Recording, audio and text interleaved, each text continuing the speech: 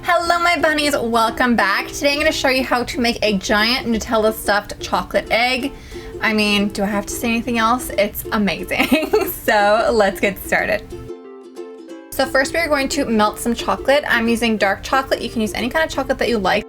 I'll link my favorite brand of chocolate down below. This has worked perfectly for me every single time, and I'm just melting it in a little Wilton melting pot. I'll also link that down below as well as like the full recipe. So you just want to melt the chocolate. You can either use this way or in a microwave or a double boiler, any way that you like. And then spoon some of the melted chocolate into 1/2 of a silicone egg mold. So you'll see that this mold is not silicone. If you are following me on Instagram, I'm at pankobunny if you want to follow me. I went on my first online rant about how this mold didn't work. I feel like my career has almost been like taken down by chocolate eggs because I had to like try to make this so many times. The mold weren't working, I don't know. So, but the technique is the same, and then you'll see me switch the mold later on in the video. So basically we're just adding some chocolate, swirling it around so that it coats all the sides, and then pouring any excess chocolate back into the chocolate bowl. Then you want to use a spatula to smooth the chocolates on all sides of the mold, just to make sure that the edges are clean and straight. Then flip the mold upside down and place it on a flat tray lined with parchment paper, and repeat with the other half of the mold.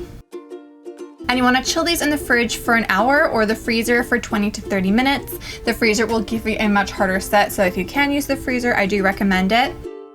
And then you want to repeat it again, so pouring some more chocolate in and swirling it around and then setting it, and this will make sure that the chocolate is nice and thick and it won't crack as easily when you're like handling it. And then now you can see the mold that actually works, so I will link this mold for you down below so that you don't have the struggle that I did. And then you want to spoon some Nutella into 1/2 of the egg. So we are using a whole 725 gram jar of Nutella. I know it's a lot, but it's Nutella, and this year has been so hard. We all deserve to eat this much Nutella. Like, I feel like we could all probably handle it. So then you want to gently unmold the other half of the egg. And so to do this without breaking it, you want to start by loosening the sides of the mold and then very gently press upwards from the bottom of the mold, and it will slowly start to pop out.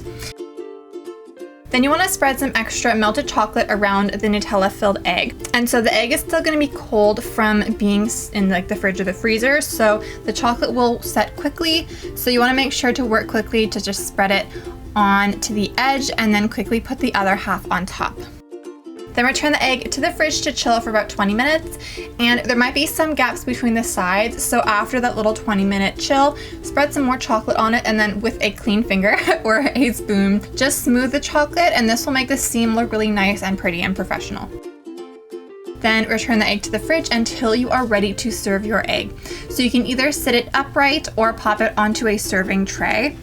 And then Nutella might be a little firm from being in the fridge, so you can place it in your desired area and then maybe like wait for like 20 minutes and it'll start to soften. And you can garnish it with whatever you like, because I mean like you can eat the Nutella straight, I will not judge you. But I also put some marshmallows, some banana bread, and some fresh berries on the sides, as well as dollop some freshly whipped cream on top, because you can kind of swirl it into the Nutella to make like Nutella cream, which sounds fabulous to me.